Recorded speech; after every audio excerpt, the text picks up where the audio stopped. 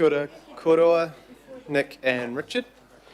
Right, now we have our Te Hinga Marae paper. Councillor Henderson has asked to move this, and Councillor Winiata, as Māori Outcomes portfolio lead, has asked to second. I'll check with them on that.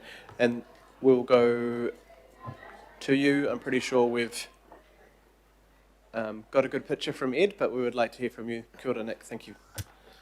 Tēnā tātou, just acknowledgement of the committee, and thank you for letting us present this paper to you today. I do want to just run through a few highlights that are both in the report, but just noting, of course, we received a poignant presentation from Te Kawerau Maki this morning. So today we bring to you a paper with regards to the Te Hinga Marae.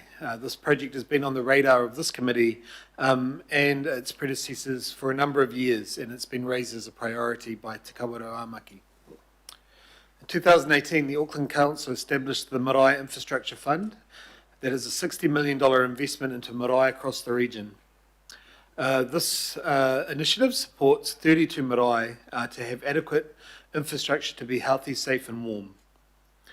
The program has largely been a success, with many of our marae playing a valuable role in our communities, including an emergency response, providing social services, used to house educational opportunities for our community, provide business support to Māori businesses, and many other services that support wider community and not just Māori. So far, the first tranche of the Marae Infrastructure Program has completed infrastructure upgrades on 20 marae, 12 being mana whenua marae and 8 mātā waka marae. 7 are currently in progress, and we have 5 to be phased into the future of the MIP program. We are aware that the funding allocation is not larger than what we have provided to other marae through the program. So, whilst the funding request that we've asked for today, it's no larger than what we have provided in other marae. Of course, that has varied, considering the state and the services needed at each of those particular marae. Work is underway to develop the second tranche of the Marae Infrastructure Program, which focuses on 12 marae that may require further funding based on their needs assessment. We have in particular noticed that marae in a rural setting, which are mainly mana whenua maraes, often require more because we are sinking more funding into underground infrastructure. This work requires a little bit more work in terms of the needs assessment to bring us accurate figures, and we anticipate bringing the information for the Marae Infrastructure Program Part 2 to this committee in March next year. Unfortunately, because of the criteria, Te Kawerau Maki have not been able to receive funding from the Marae Infrastructure Program. They do not have an existing marae, and that was one of the criteria that was required. We have, however, funded a number of small initiatives. You heard from Ed in $150,000 allotments, which has been used to support some of the design, feasibility and resource consenting elements of the program. Since 2025, Ngā Mātarai has been undertaking work to refresh its Māori Outcomes strategy and undertaken a review of the Māori Outcomes Fund. Both the refresh and the review were passed unanimously in 2025. During both of these pieces of work, we took into consideration the Te Hinga Marae situation and specifically allowed for the Māori Outcomes Fund to allow for mana whenua without marae in the rohi to be funded through the iwi order outcome and tāmaki order. There was no previous route for iwi to request support for this scale of investment.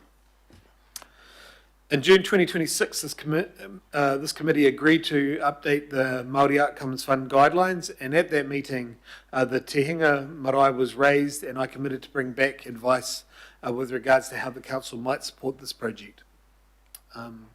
Today we bring you that advice, and we're recommending an allocation of $2.2 million from the Māori Outcomes Fund. I want to emphasise that this funding allotment is not the full amount required.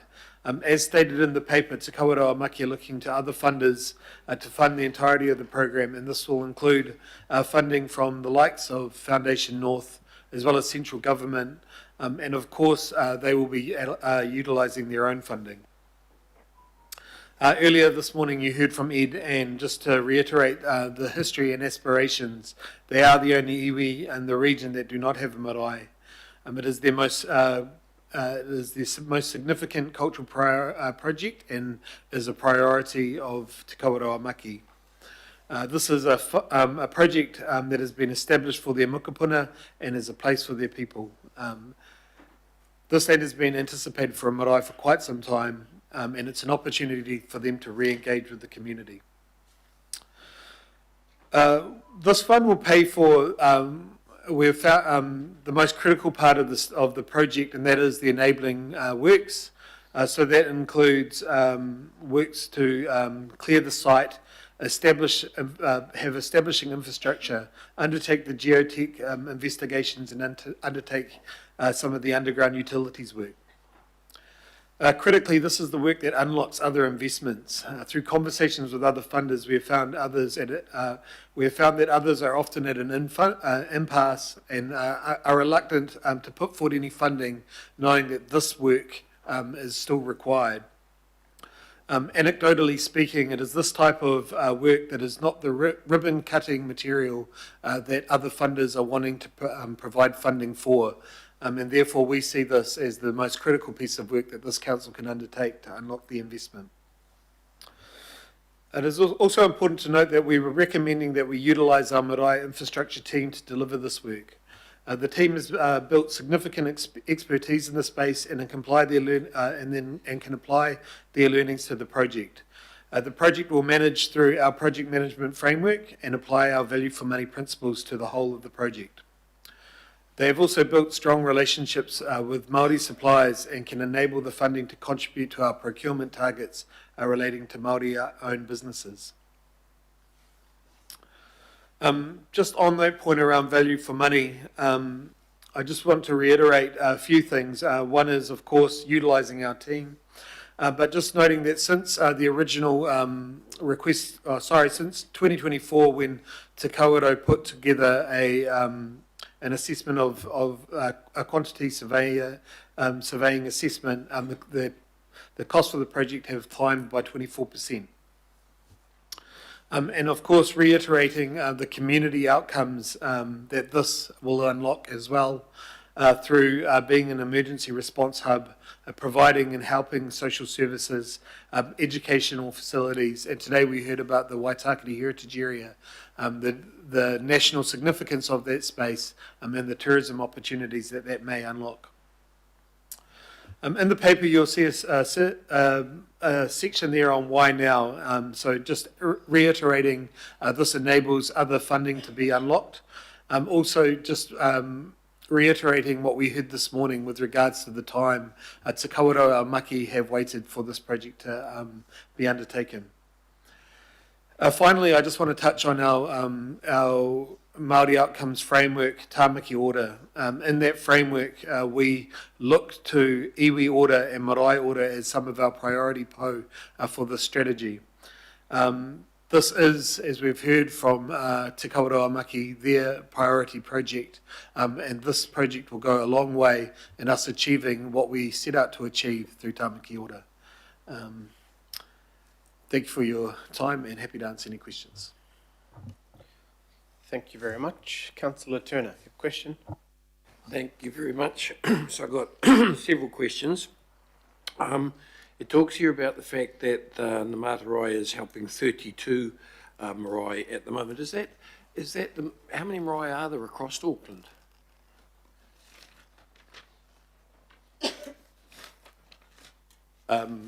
Lots. So there are probably more than 32.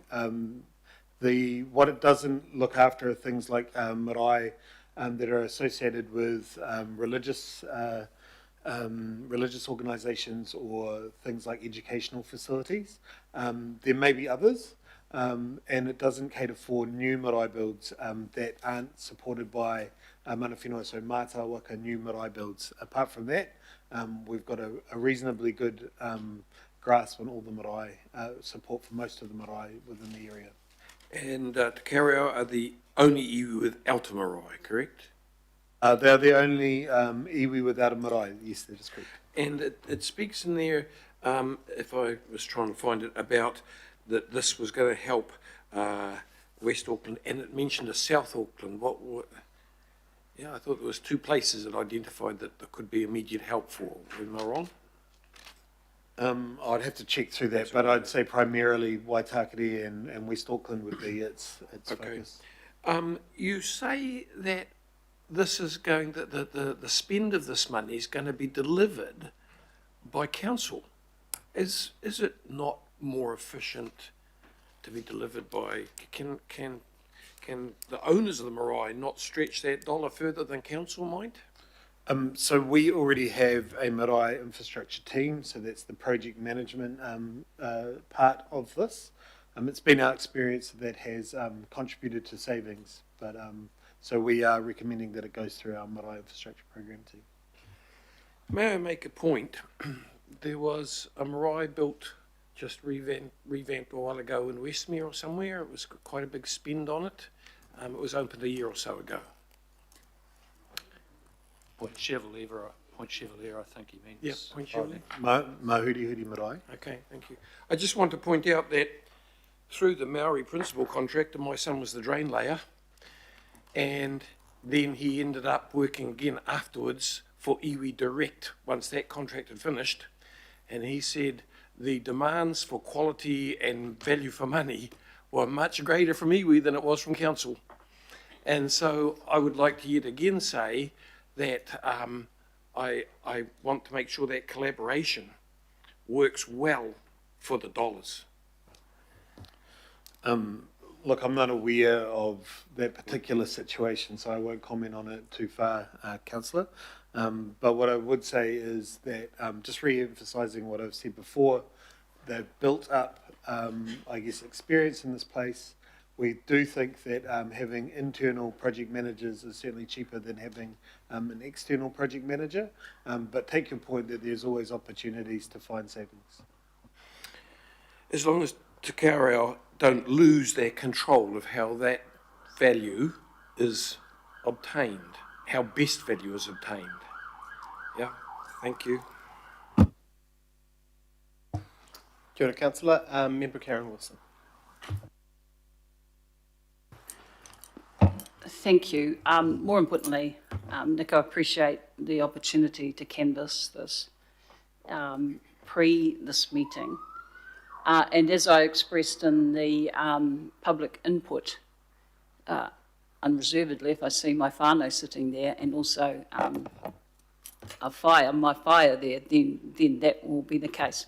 What I'm wanting to do in this part of the agenda is make sure that all the component parts, because we clearly as Haukura also look to the interests of other marae and those that will access that funding. So that's where that's coming from. It's not in any way, shape or form saying, no, we don't think they deserve it. It's more around making sure that the proper safeguards are there for council and for others that will hopefully access that pipeline as you discussed. So that's where these pātai are coming from. And it's all about process and making sure there's line of sight and visibility. So have staff quantified how this early 2.2 allocation affects funding for the 12 marae still awaiting MIP investment? So just being clear, there are 5 marae that are still ready to, we are still working to, and they are in the pipeline for the first round of the marae infrastructure program. Aside from those 5, the remaining have all received previous allocations of funding. As you have mentioned, what's really important is to build the pipeline of our projects. When we have underperformed in terms of the delivery of the marae infrastructure program, it's because we haven't had a pipeline of projects that have been built over time. Now that we've seen when we have done that, in contrast, that we've been able to deliver on all of those fundings. So what we do know is that we have intentionally made sure that there is unallocated funding in outer years, and that's coming up very shortly, and that we can allocate sufficient funding to each of those, which would be in the arena of the types of funding that they would have received in the first, and in some instance could potentially be more than what is being funded to the Te Kawaroa Maki Marae that we're requesting funding for today. So yes, staff are confident that the Marae, the Māori Outcomes Fund has sufficient funding to look at equity outcomes across both marae and iwi being our two priority outcomes for the fund. Yeah. So I was more, they're confident, not necessarily they're confident they can. Can you quantify what that will look for those yet to come through for funding? Can you quantify that in terms of the fund? Yeah, so as previously discussed, we in the paper, we are doing more work on the numbers in terms of the MIP program too. We will bring that back in March, we'll bring that back in March for a further decision by this group. But what we can say is that all other marae have received funding. Those are both mana whenua marae as well as mātāwaka marae, and it's equitable to what has been we are pitching today. So there are marae that have received more because they required that funding to deliver the requirement to bring those up to spec, and there are some that have received less, but we are confident when we do MIP2 that there will be an equitable amount in the fund for us to be able to fund other projects. Thank you. There's many more, unfortunately or unfortunately. So we heard Ed as he spoke this morning at the public input item, and he said that it was precedent setting in terms of the rationale around why these would get some priority, and he acknowledged that as a priority. What are the risks in precedent setting for those that are perhaps in the pipeline, wanting to be in the pipeline? Look, that's a great question, Member Wilson.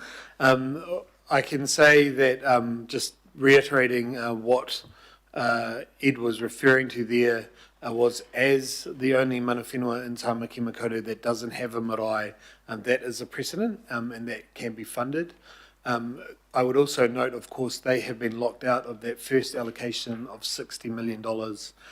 So in that respect, this helps them get to a point of equity with those other marae. And it may, as he said, set a precedent. What's really important for us is not to focus necessarily on one project, but on the pipeline of this investment. As I said before, when we've built that pipeline, we've been able to allocate and deliver on the money that we've wanted to invest into Māori Outcomes Fund. It's when we don't have that pipeline. So as I said, we are confident that through the expressions of interest process that is available at the moment, we will be able to build that pipeline, and we will be able to look at similar initiatives, and not all iwi are wanting marae, but at similar initiatives, but it does need to, as Ed sort of reiterated, look at that timeline, because things will need to be delivered over a pipeline. Nothing can be delivered in 1 year. So precedent setting does exactly what it's intended to do. It sets the precedent, and I guess that is the concern. In saying there's only one, I used the example in the public input item around Councillor Turner's whanaunga in terms of our situation, which is pretty similar. Now, if that was to mean I could jump to the top of the line because it's precedent setting based on the similar circumstances, then that would impact others that are still in the pipeline and have been there for some time. So what's the consideration that's been given around the precedent setting based on what was acknowledged here as a priority for those that are yet to get there, are partially through there, and what will happen subsequently in terms of the funding of this?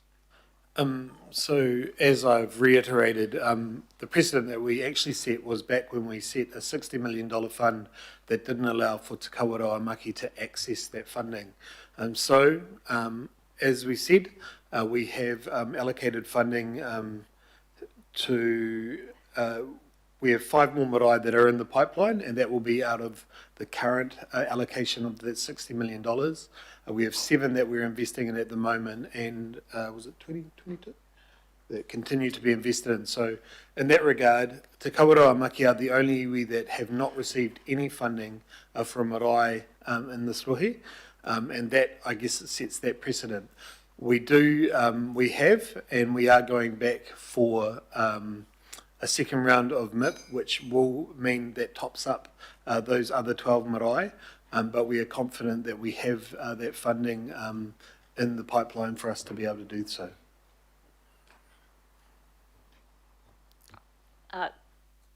Thank you, Nick. Mr. Chair, I'd have to say, I'm a stickler, I guess, in terms of what this role here is haukura. And yet I have committed to the notion that we support this. What would be the cherry on the top would be that those concerns about ensuring there's no disparity, no disadvantage for those that are coming through. But this has come, and rightly so, I'd have to say. So I guess it's my only, as long as it's expressed sufficiently well here, that's not going to stop me supporting here. But I think the processes and systems need to be clear, so precedent setting type situation doesn't cause disparity for others. I don't know how to move forward on this. I don't think the answers to my pātai are going to be existent right now because we're precedent setting at the moment. But I just want to signal that to you, I guess, when knowing that I am supportive of this, but I am concerned about the impact on those that aren't in the same situation but do require that assistance. Kia ora, Member Wilson. I'm definitely hearing your kōrero, and I think there's context for what's been presented here today, but I do understand there's a line that you're not concerned about, but we need to continue to work forward and make sure that others that may feel they're not getting the same opportunities are, and we need to ensure that it obviously aligns with the policy, which I think it does, but I'm happy to meet with Haukura, Nick, yourself, others, to make sure going forward that we feel there's no whakamā here. But I appreciate your support for the decision today, but I understand where you're coming from 100%. Yes, I think that's a great way forward. Thank you, Mr. Chair. Kia ora. Thank you. Councillor Henderson. Thanks, Chair. A couple of questions. So it was pointed out that this is kind of seed funding, and they'll need more to complete the project. So just on a general level, has there been any kind of, I see there's been some chats around Foundation North and around water care, but have they sort of identified funding pots and where the rest of the money may come from, and also any indicative timeline for completion of the project? Thanks for your question, Councillor. As we heard today, the project is a phased project, and they'll be wanting to start this phase, being the first phase, as soon as possible. As you've probably understood today, we've had a little bit of a balancing act to find ways to ensure that they have sufficient funding to be able to deliver, but it's also equitable amongst the other requests that we've received, and noting, of course, the demand that have been asked for of the Māori Outcomes Fund. So in that regard, we have, that's how we've sort of come up with this figure. We do know that they have approached Foundation North and there is a decision that's imminent, but I wouldn't want to forecast that. And I also know that Water Care are also considering this as well, but we'll wait for them to make their decisions on these things. But I think the intention is that the establishment work starts straight away. They have a resource consent for 5 years and they're already 2 years into that. Thank you. And I suppose I'm being a little bit cheeky in terms of speculation, but I wonder whether Water Care may consider match funding it or something. That would be a good partnership approach, you reckon? They're an independent entity and they make their own decisions. Thank you, Nick. Final Q. Just as part of the full application to the Māori Outcomes Fund, how can we provide ongoing support for this project? Because we don't want to just seed it and walk away. We want to keep a partnership going and help as best we can. So how are we going to be doing that in a more long-term way? That's a fantastic question, and I point to our Māori Outcomes strategy and framework, which has iwi order as our priority po in terms of the work, and that looks towards strengthening the Te Tiriti relationship. I guess by supporting this priority, it's really embodying that requirement of the strategy. And of course, we meet regularly with Te Kawaroa Maki and talk about a number of other things that they have on their book, not that they're seeking funding for, but are seeking certainly council support for, and we work with them quite closely. No doubt we'll continue to do that. And of course, as this project unfolds over the many years of which it will take to develop, there could potentially be other opportunities to support, both financially as well as in an advocacy way. Thank you. I really appreciate the work. Thanks, Chair. Reserve my right to speak. Kia ora, Councillor. Thank you, and I'm sure the Watercare staff members in the room noted down your wish for match funding, so I'm sure they'll, ask everyone at Watercare if that's possible. Councillor Turner. Thanks for a second go, Mr. Chair. Just remind everyone that Watercare has some criteria around how it's set up. Look, I came here today to support this because I'd read it through, and you have sent me a bit of a left ball though, because in reality, we're not voting here to give Te Kaurau this money. We're voting to give your department delegation to spend it on their behalf and deliver. Correct?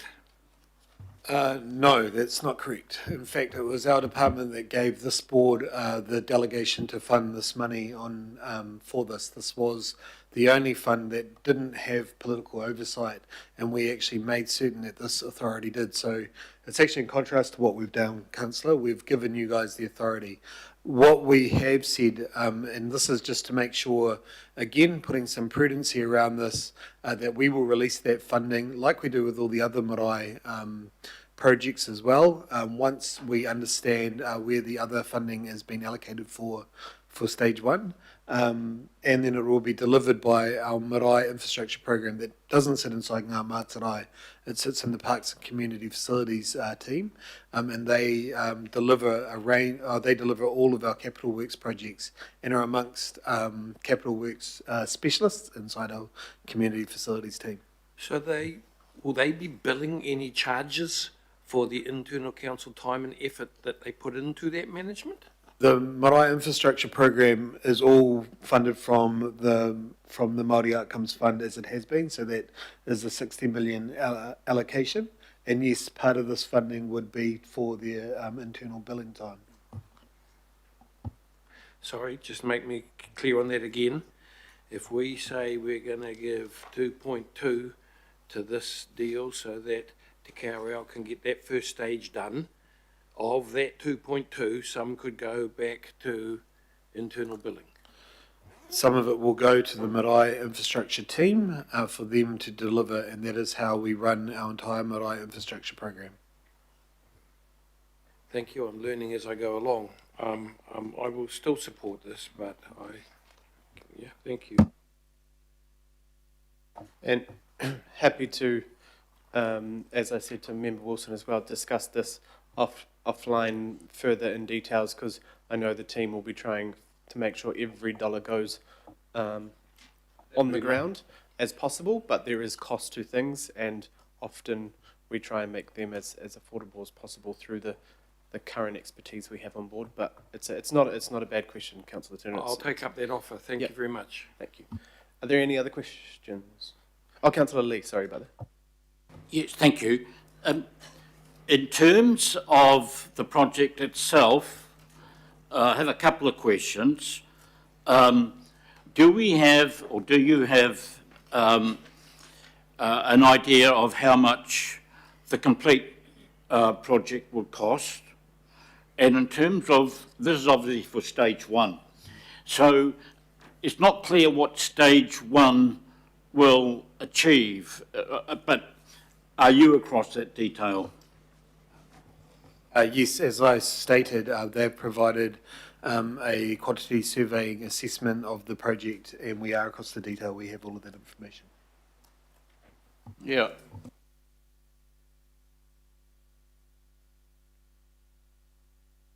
In terms of project management, it's very helpful to have a cost to complete always in mind, because time and again, the public sector, of which we are, enters into these sorts of projects and there's always a blowout.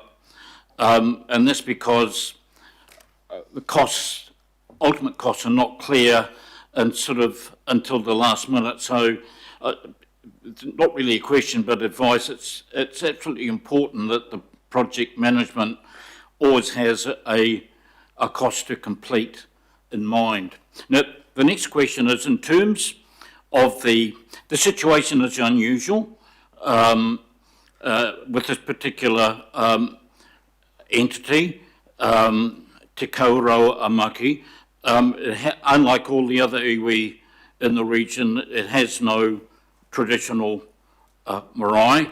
The land was acquired by, the report talks about acquired by Auckland Council, was acquired by the Waitakere City Council, but it was gifted some years later by the Auckland Council. In terms of the status of the land under the Ture Whenua Māori Act, are we clear about the status of the land in this particular case? We can find, so I'm unaware whether that is Māori freehold land or whether it's just freehold land general title, but we can find that out. We are aware that it is held by the Te Kaurau Amaki post-settlement governance entity, and that it's held in perpetuity, but I cannot say if it's Māori freehold land, but we can find that out for you, Councillor. Thank you. Kia ora, Councillor. Oh, Councillor Winiata. Yeah, Nick, just with the Marae Infrastructure Program, you, just to, I guess, touch on Councillor Turner's questions, have projects finished within budget? Yes, in fact, none of the Māori Outcomes Fund has ever been overspent, and that's something that we look after considerably. There are projects, of course, when we're dealing with these, a lot of these are old projects that have had a lot of deferred maintenance or issues such as asbestos, and sometimes when you start opening up, just like in a home renovation, you start finding other issues which require further funding. So there have been projects that have gone over budget, and there are certainly projects that have gone under budget, and we manage that within the program. Thank you, Nick. Kia ora, Councillor. Thank you. Are there any other questions? Cool. Don't think so. Please step back from the table. Thank you very much. Councillor Henderson, as the mover, It'll be lovely. Thank you, Chair. Real honour to speak on this. Just before I begin, just acknowledging Nick and your team do fantastic work in the council and in this project and in every other thing that you do. Thank you for everything. I want to acknowledge Te Kaurau Tupuna, the generations of ancestors and indeed those in the present day that dream of this outcome, which will hopefully surely be delivered shortly. And a special acknowledgement to the late Kaumātua George Taua. Te Hinga itself is a very special place for Papa George, as it is for Te Kaurau as well. I have an excerpt from Te Kaurau's history section on their website. I just want to read it out in their own words because it's part of the historical context around this decision and the gravity of what we're doing with this vote today. Briefly, just noting that Te Kaurau suffered greatly during the 1820s musket raids and again during colonisation. By 1854, Crown had acquired most of West Auckland with the exception of our two native reserves at Piha and Waitakere Valley. The alienation of Te Kawerau's lands in Taonga eroded their socioeconomic base and left them practically landless as a tribe by the 1950s. Their last kāinga and marae at Kōpiranui, which is Woodhill, and Waiti, Te Henga Bethel's Beach, were lost during that time. It's a sad history, and it's a history that I hope we can be a strong part of rectifying and fixing in partnership with Te Kawerau, and this goes some way towards doing that. I think I'm very, very proud of that. There was a redress process which took a very long time but was completed in 2014, and with the Te Kawerau Amaki Claim Settlement Act in 2015, and the presence that Te Kawerau have in many places today, including Po at the council chambers in Henderson. Te Kawerau have always been and continue to be a strong treaty partner in Waitakere. They have a strong focus on environmental protection, and they've provided so much to the area on that basis, as well as other factors as well. Their mahi has made Waitakere a better place to live, and we're all thankful that we can live and enjoy their rohe as West Aucklanders and as respectful and productive treaty partners. It's time for us to step up and be that respectful and productive treaty partner as a council. And this is part of that, but it's not the end of the story, and that's why I asked about the ongoing support and the ongoing advocacy that we can provide to Te Kawerau to realise their aspirations. Just to wrap up, it's an honour and a humble privilege to speak in support of this important motion to the history of Waitakere, and I want to commend this motion with the whakatauki famous to Te Kawerau, being Tia kina te wao nui a te Riwa, he oranga mau, treasure and protect the vast domain of Te Riwa, the Waitakere Ranges, and in turn it will sustain and care for your well-being. Thank you, Chair. Kia ora, Councillor, and thank you for your work in the West and for this project itself. Councillor Fully. Kia ora, thanks, Chair. I'm speaking in support of this recommendation of the allocating of this funding. But I did want to just acknowledge, first of all, the long-felt and long-standing loss and mamai of Te Kawerau Maki. And we could hear it and we could feel the emotion in the faces and in the voices of the presenters, and also all of their whānau who are sitting in the back there, especially their kuia there who are sitting at the back supporting them. As an Indigenous person myself, who has land and feels that strong connection to the whenua, or whenua as we say in Samoa, I can't even begin to imagine what it must be like to be alienated from your ancestral lands, for it to just be taken like that. You know, when Councillor Williamson asked that question about compensation, no, it was just taken, you know, just confiscated with no redress, nothing to mitigate that mamai and that loss. So I think what we're doing now, over 100 years later, is righting a long-standing wrong. And so I completely support what we're doing here. I do want to acknowledge our staff, Nick and the whole team in the Māori Infrastructure Fund, the Māori Outcomes Fund, and all of the team there. I want to really mihi to you and the work that you've been doing. But I also have a criticism still of us as council, because as we heard from our presenters, it's still taken them over a decade or so to access that fund. Because of the policy that we have created, we are still putting those barriers there. And I was thinking of my own marae, of Ngāti o Tara marae, you know, and the difficulty from the time when I was chair back in 2013 until we finally got that funding just last year, you know, over a decade of fighting to get around the policy that we as elected members have set and the parameters we've set around that. So there's still more work to do, I think, for us to right those wrongs of the past and to make sure that we're not putting more barriers in place and we're not adding to the mamai that many of our iwi and mana whenua have felt for decades and decades. So I completely support this going forward. Kia ora. Thank you. Kia ora, Councillor. Thank you. Councillor Turner. First of all, I want to say thanks to Nick and all the people who put work into this. And I don't think I need to canvass everybody here to vote for this. I think it's a no-brainer. But I am disappointed at what I've just learnt today.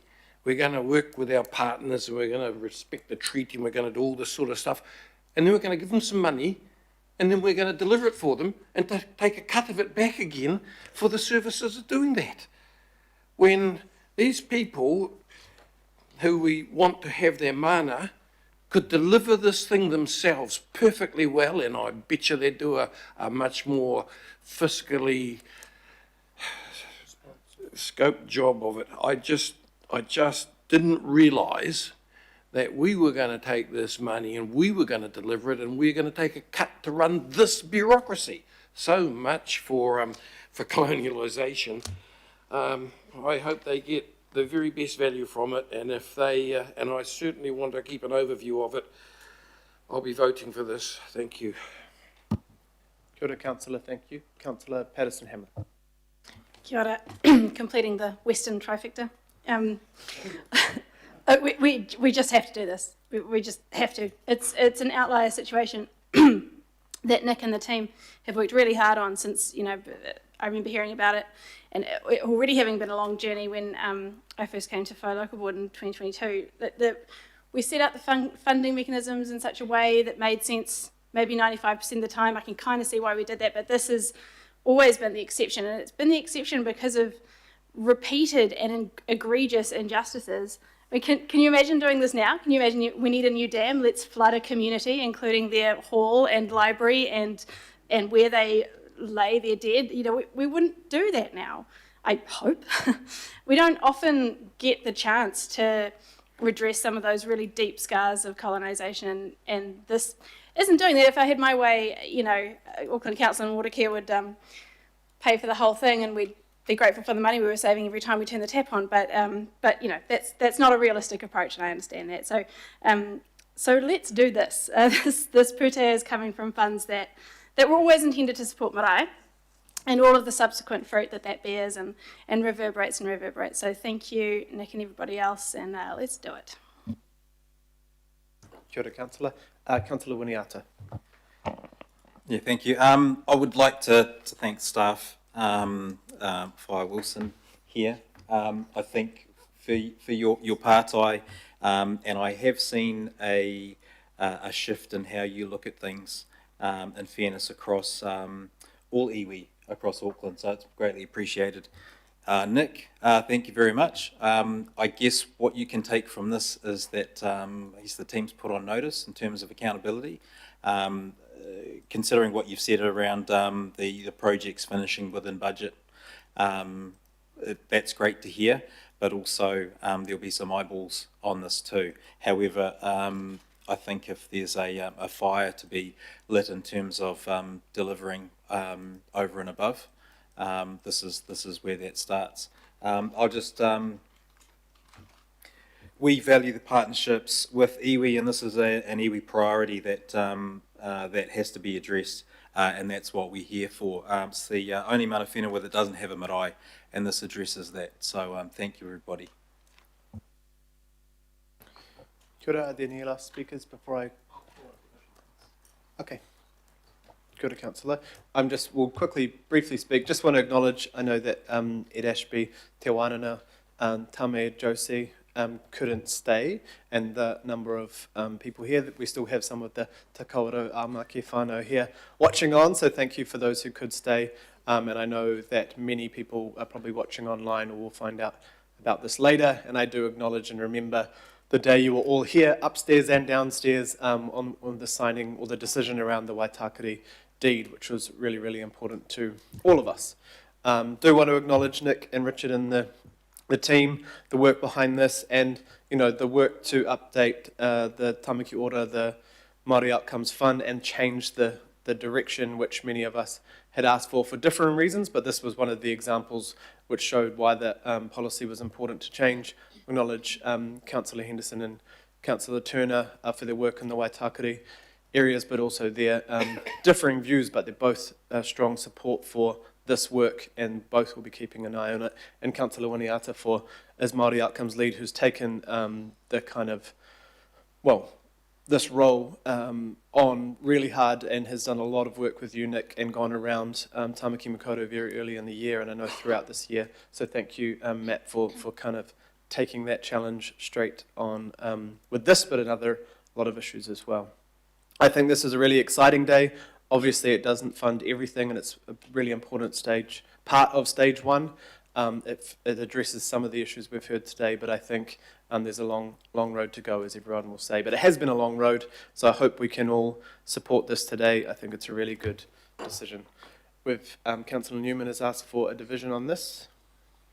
I think if we're all signed into the computer, it should pop up, but if it hasn't, Sandra will go around the table. Kia ora. Thank you, members. You're going to be voting on the motion that's been on the screen.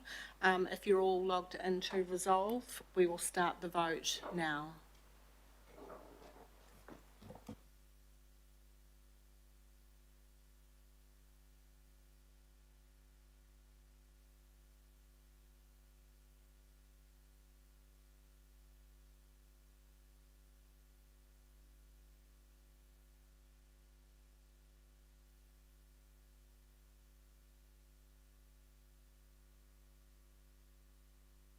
Cool.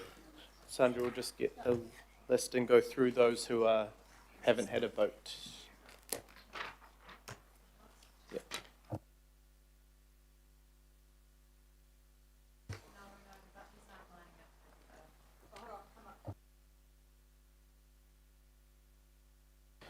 Cool, we have, although Deputy Mayor's is not showing up. Yeah.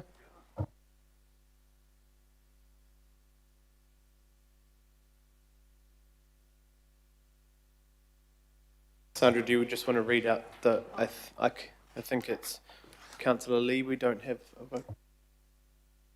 Councillor Lee's in favour. Councillor Sayers is not here. Deputy Mayor's in favour, she said. Councillor Watson? In favour. Councillor Williamson is not here. I can't see the rest of the screen.